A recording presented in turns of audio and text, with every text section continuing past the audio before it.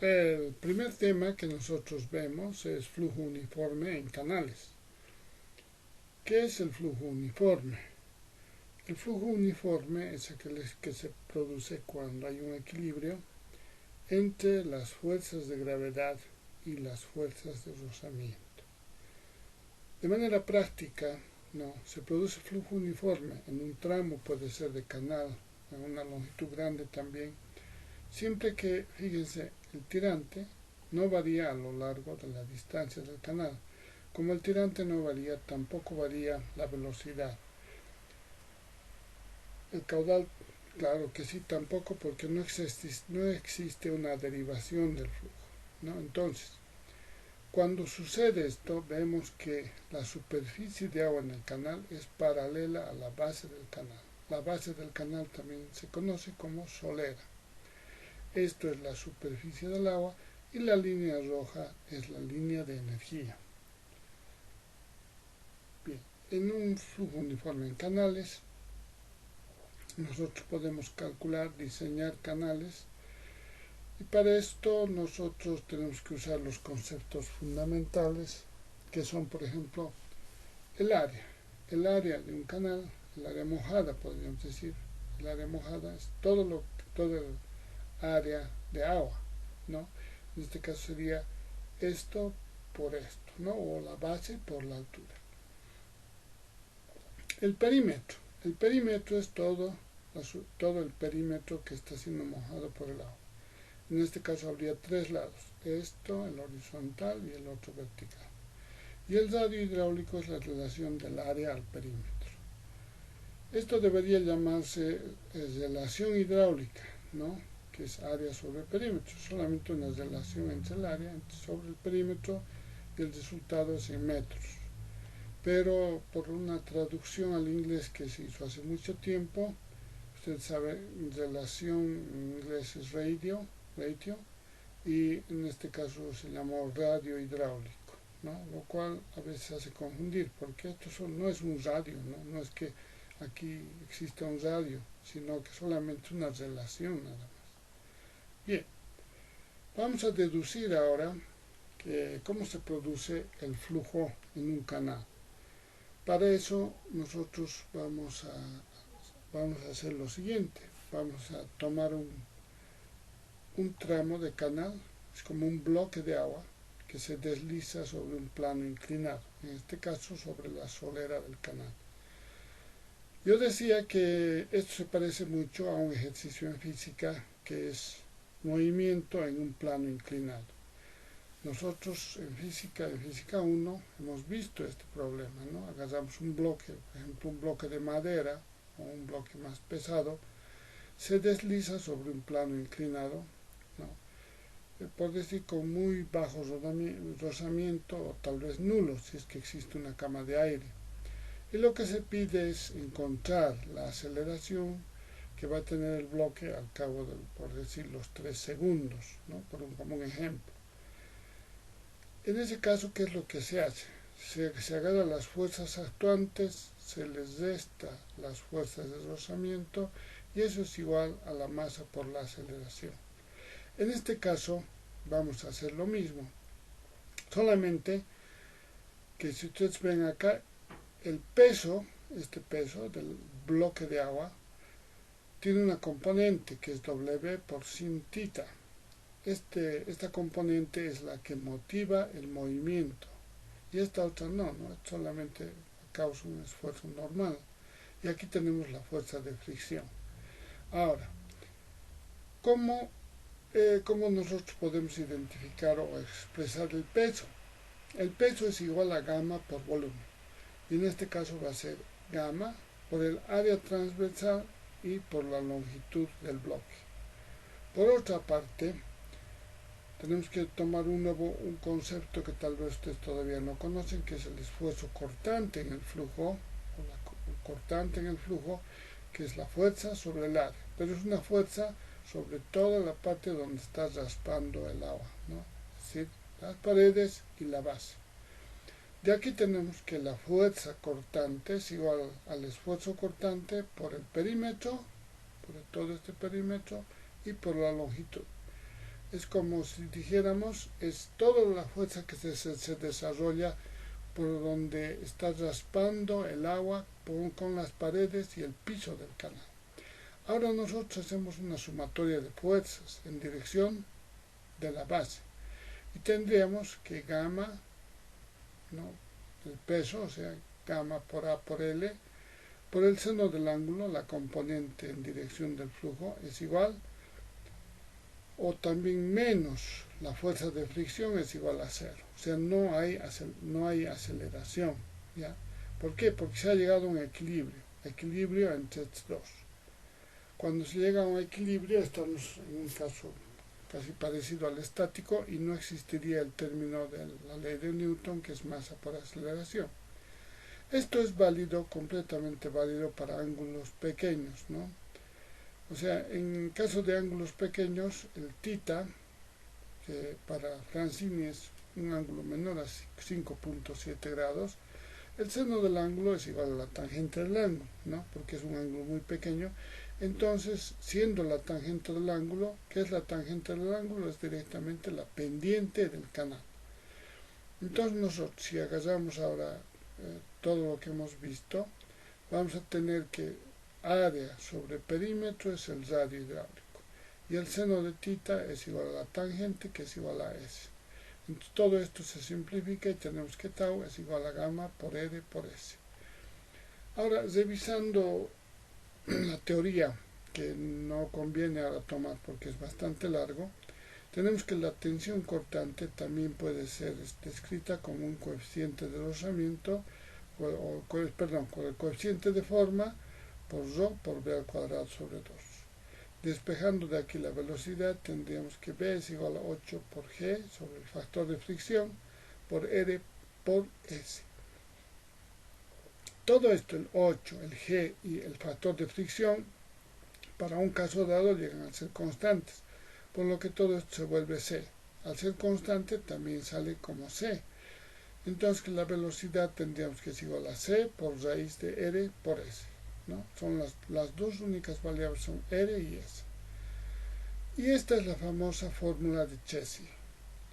Bueno, ahora, ¿qué es lo que sucede en caso de canales anchos y poco profundos? Fíjense, aquí tenemos un canal ancho y poco profundo, ¿no? O sea, ¿qué es lo que se ve acá?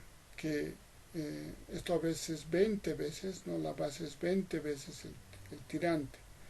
Si nosotros agarramos un elementito aquí al medio y consideramos flujo bidimensional, eso quiere decir que el flujo que está al medio es casi igual al flujo que está en los extremos. Eso solamente sucede en este canal ancho. Entonces el radio es área sobre perímetro. Nosotros tendríamos que el área es Y por delta B sobre el perímetro. Aquí vemos que el perímetro solamente es delta B, porque aquí las paredes son solamente de agua, ¿verdad? Ahora en los extremos puede ser que tenga una pared de hormigón, qué sé yo, pero como es flujo bidimensional, las paredes acá no existen, ¿no? Solamente existe agua, por lo tanto el perímetro solo es delta B. Entonces el radio resulta ser igual a Y. Por lo tanto, ahora la fórmula de Cesi, si nosotros la vemos bien, va a ser igual a un factor C por raíz de S por Y. Esta velocidad, fíjense que hemos sacado, esto es lo principal que ustedes tienen que manejar. Tal vez lo anterior no les ha dado tiempo para que sigan, pero esto es lo principal que ustedes tienen que saber, que la velocidad es directamente proporcional a la pendiente y al tirante. Entonces, vemos acá, ¿no?, que si yo en el problema de física, por ejemplo, ¿no?, elevo esta pendiente, o sea, θ la vuelvo más alta, ¿cómo va a ser la caída del bloque? Va a ser mucho más rápida. ¿Por qué? Porque va a estar mucho más afectado por la gravedad, ¿verdad? Y también, si el bloque pesa más, a medida que pese más, va a bajar con mayor velocidad, ¿ven?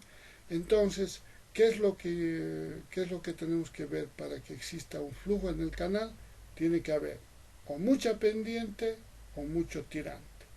O también ambos, ¿no? Puede existir poca pendiente, pero mucho tirante. Bien, Esta fórmula básica que dice que velocidad es igual o proporcional a la pendiente y al tirante, no a la raíz cuadrada, se aplica mucho para entender el movimiento de los ríos en nuestro país. Si vemos nosotros acá, tenemos el río Mamoré.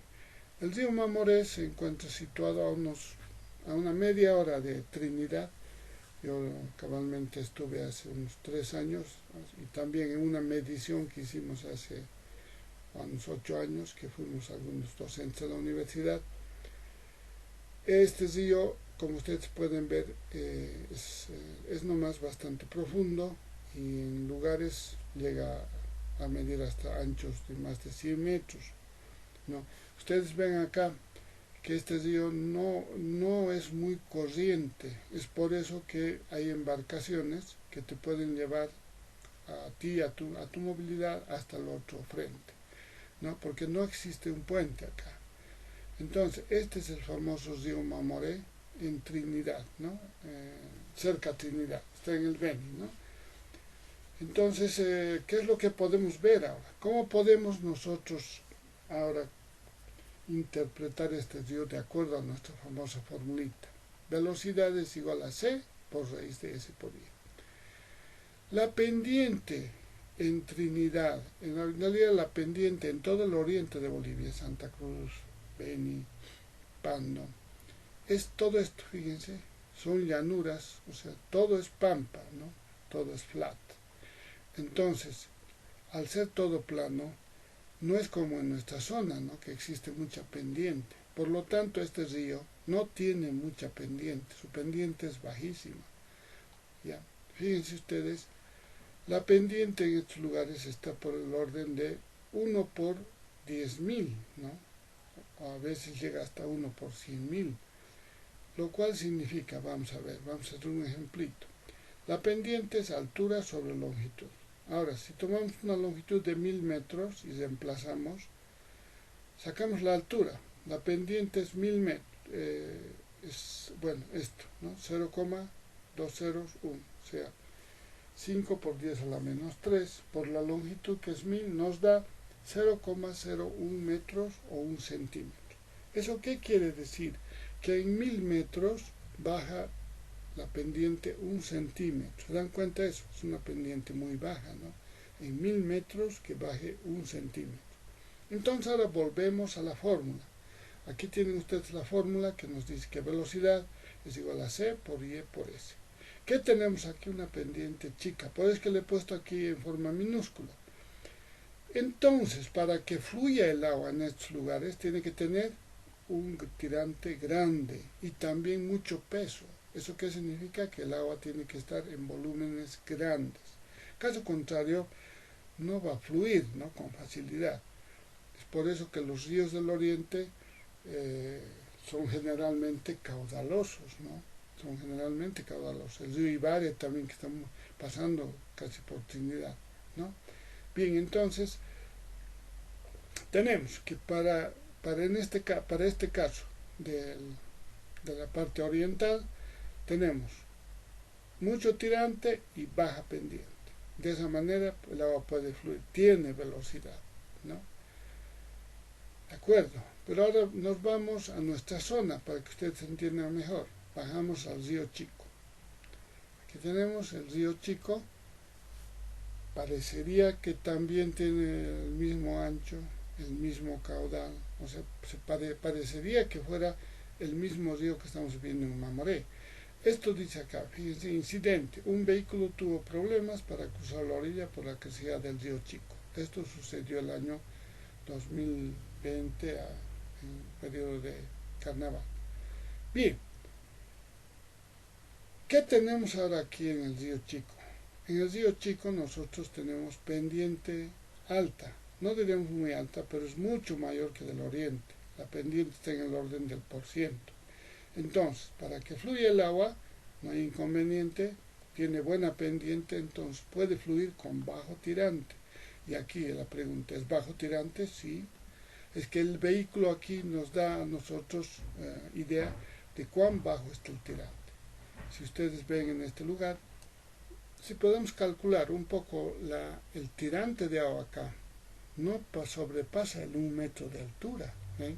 O sea, no es como en el río Mamoré, que nosotros vimos en la anterior foto, donde el tirante a veces son 7 metros, 10 metros. Aquí el tirante es bajo, ¿no? Es 1 metro, pero fíjense cómo lo está arrastrando a esta movilidad Toyota, ¿no? Entonces, ¿qué es lo que ha pasado? La velocidad es alta, no en este caso por la pendiente, sino, bueno, en este caso, perdón, por la pendiente, ¿no? Y no por el tirante. Entonces tenemos nosotros una pendiente alta y con un tirante pequeño lo está queriendo voltear a todo un vehículo Toyota. Ahora hacemos el mismo ejercicio que hace rato. Si nosotros tomamos un tramo del río Chico, que generalmente la pendiente es del orden del porciento, fíjense, es 0,03, 0,06, 8, varía, ¿no? Según los tramos. Entonces, vamos a ver cuánto baja por 1 metro.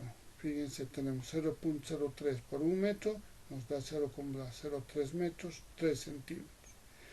¿Cuánto es la pendiente? ¿Cuánto de altura bajamos? 3 centímetros en 1 metro. En cambio, en Trinidad bajábamos 1 centímetro cada 1000 metros, ¿no? Eso sí es una gran diferencia. Bien, ahora, en el río Chico, nosotros tenemos este gráfico, ¿no? Tenemos la pendiente y tenemos el tirante. Ahora, respuesta, ¿por qué se mueve el agua? ¿Por qué hay velocidad en el río Chico?